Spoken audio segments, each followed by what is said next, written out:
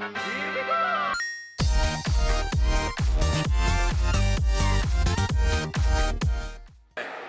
getting your energy in me? Yeah, so I was gonna buy a monster or something around here, but there are no monsters.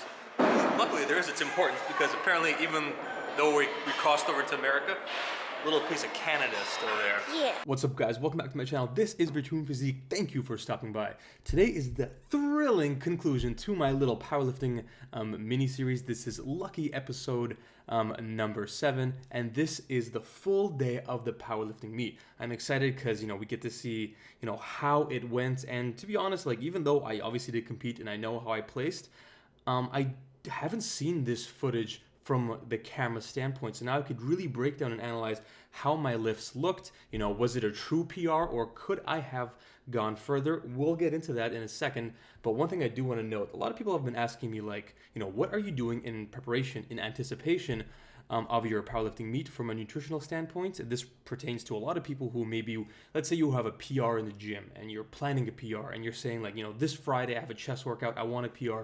What do I do in the following, in the previous prior couple days, nutritionally speaking, to guarantee that I, can hit a PR? Well, besides the obvious, like make sure you're well rested, trying to get 7 to 8 hours of sleep, very well hydrated, drinking a lot of water. One thing I could really say that I think personally helped me is upping the carbs. I was consuming 400 to 500 grams of carbohydrates Thursday and Friday prior to the show. This was Saturday, and I think that really helped me. Lots of good sources, not French fries, and all that crap, but like fruits, vegetables, and whole grains. And here's the first lift.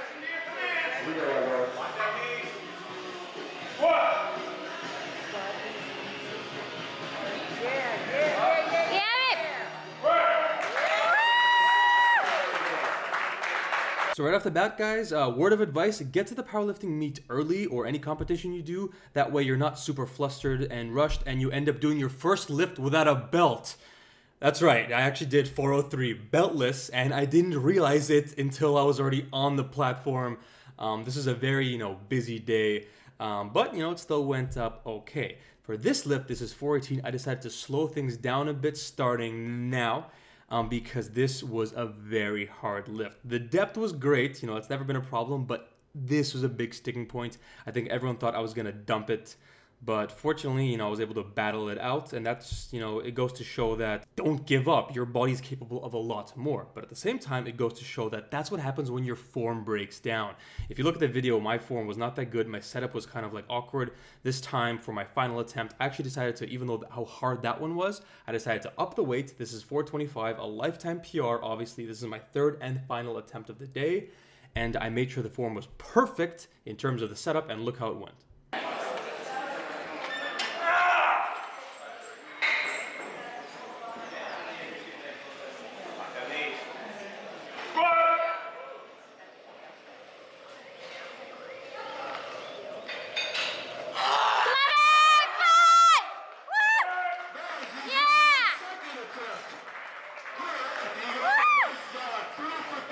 That was way better. I mean, it wasn't like, it wasn't smooth like butter, but that's what my second attempt should have looked like, as opposed to what it actually ended up being. If I really think that I, get my form perfect, my stance, everything is like crystal clear, I really think I could have hit 430, maybe even grinded out 435.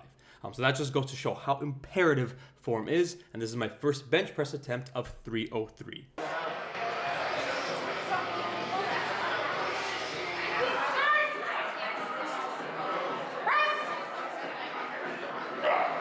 Okay guys, so not bad, it went up, but I don't know if any of you guys actually noticed, this lift should not have counted because I raised my head off the platform. That is an immediate, red light, but luckily they actually didn't catch it. The judges might, must have not seen it or something, although one of the judges did tell me later, like, oh man, you shouldn't have got that lift.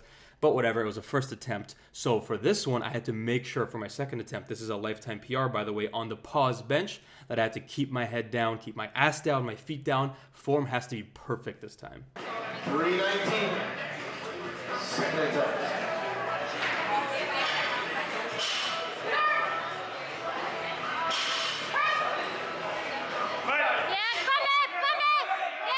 Okay, so this time, much better.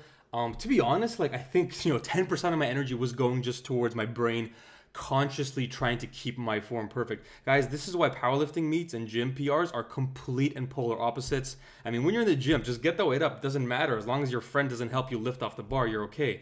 In the powerlifting tournament or, you know, meet, it's a whole other beast. The entire time you're spending focusing to keep your form perfect and make sure that you don't get a red light from the judges.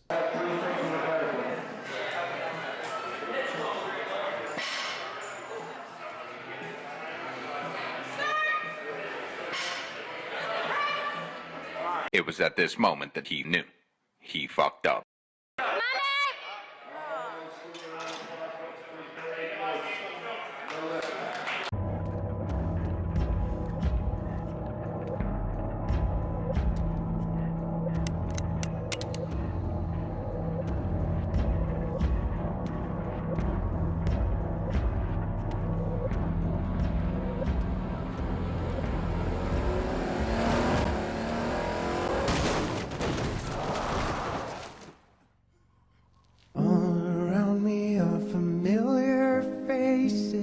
Okay guys, as you saw, that did not go as well as I had hoped. Even though it was only 5 pounds above my second attempt, it just didn't happen. But to be honest, I don't even think it was a strength issue. I just think it was like a physical exhaustion issue. I mean, when I went up on the platform, to be honest guys, from a mental standpoint and just the way I was feeling, I knew it was not going to go up. That's why it didn't even go up halfway. It wasn't a grinder. I just dropped it. I'm like, nope. There was no like, you know, big surprise. I just knew it was going to happen. I decided to give it a shot.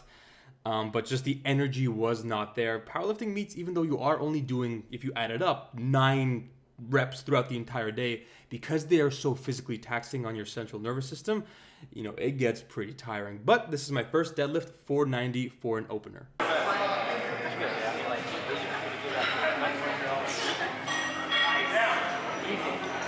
Hell yeah, guys, that was a good deadlift, especially for me because I have been talking in the past about how I've been having problems with my deadlift form. This time I kept my back super tight, my hips, you know, they raise high as always, but it was a good lift for my standards. This is my second attempt and I slowed it down. It's very similar. I really think that I'm keeping my back tight and I'm activating my glutes, and this is 518 for a lifetime PR on the stiff bar. And, you know, it went well and it was pretty easy. But for my final attempt, a total lifetime PR, stiff bar, deadlift bar, you name it, this is the most weight I have ever lifted off the ground in any form. This is 530 pounds for the final lift of the day, and I will let you guys watch it raw.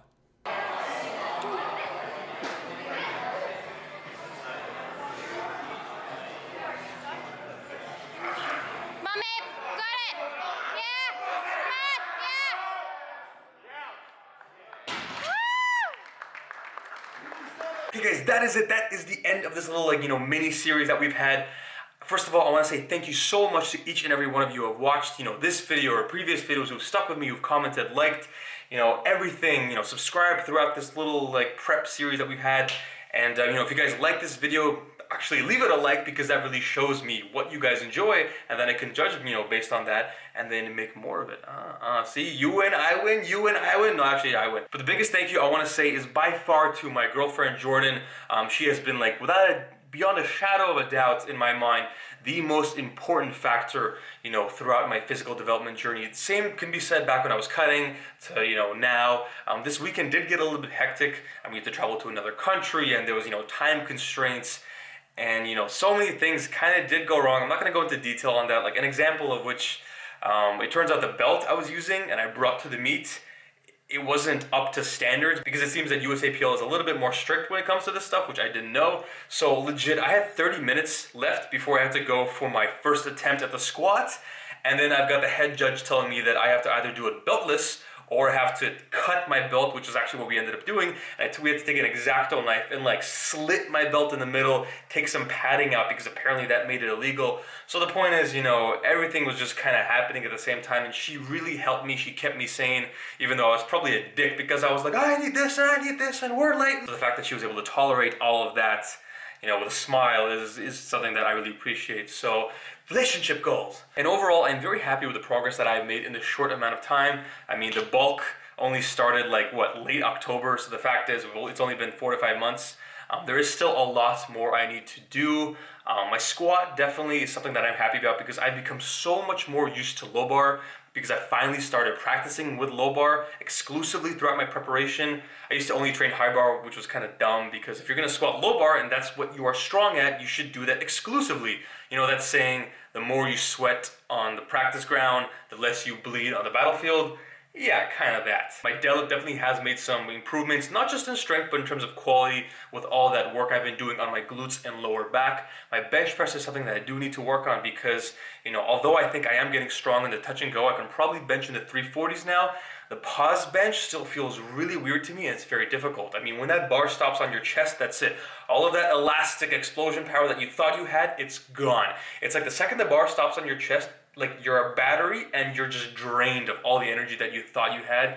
Guys, there's a reason that like most people's pause bench is like 30 to 40 pounds less, you know, than their touch and go. And I could admit that it is something difficult, so I will definitely have to train like that in the future. But that's it, guys. Overall, I finished with a total of about 1275, which gives me a Wilks score of 361. A 400 Wilks score actually qualifies you for the Arnold, so I've got a lot of improvements to make. But at the end of the day, guys, thank you so much for watching. I appreciate each and every one of you. I cannot tell you that enough, and I probably do say that a lot, but I mean it. And so again, leave a comment, leave a like, leave whatever, and I will see you guys in the next video, which I am really excited to do.